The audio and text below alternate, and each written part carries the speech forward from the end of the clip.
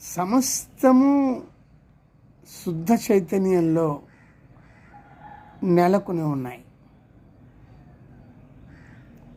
అదే సమస్తము ఆత్మలో నెలకొని ఉన్నాయి. లోకమే ఆత్మచే నడిపించబడుతున్నది.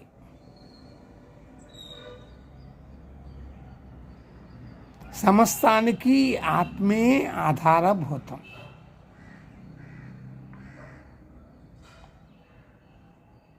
ఈ 3 మాటల వల్ల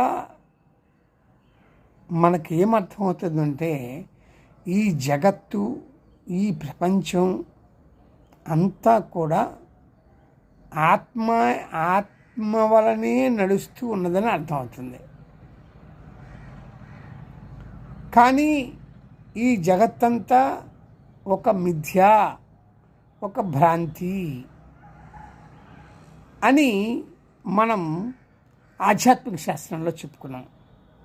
ఎందుకు అంటే, ఈ జగత్తు నీవవని నేనవని, ఒకప్పుడు నేను లేను, ఇప్పుడు ఉన్నాను, ఇంకొకప్పుడు భవిష్యత్తులో లేకుండా పోతాను.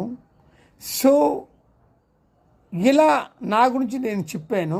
ఇలా మొత్తం జగత్తంతా ఒకప్పుడు ఉండి ఇప్పుడు, ఒకప్పుడు లేక ఇప్పుడు ఉండి ఇంకొకప్పుడు లేక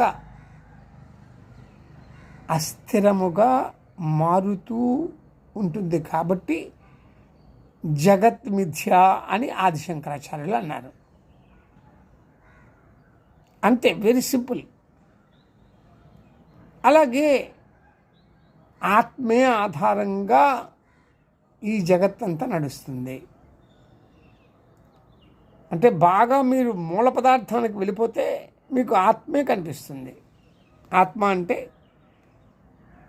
చైతన్యము. ఇది బేసిక్గా మీరు గుర్తుపెట్టుకోవాల్సింది. చైతన్యము, ఇంగ్లీష్లో కాన్షియస్నెస్, మొత్తం అంతా ఉండే చైతన్యమే. దానికి మనం ఆత్మ అని పిలుస్తున్నాం. ఓకే, 2 ఒకటే. ఎప్పుడు ఆ స్ఫురణ మీకు ఉండాలి. ఈ చైతన్యమే మొత్తం ప్రపంచాన్ని ఫంక్షనింగ్ చేయిస్తున్నది అదే. కాబట్టి చైతన్యమే శాశ్వతమైనది. ఇది గుర్తుపెట్టుకోవాలి. పంచభూతాలు ఒకప్పుడు మనిషికి చాలా భయంతో వాటిని పూజించేవాడు. పంచభూతాలకి ఇప్పుడు పంచభూతాలను తో స్నేహం చేసుకొని హాయిగా ఉన్నాడు.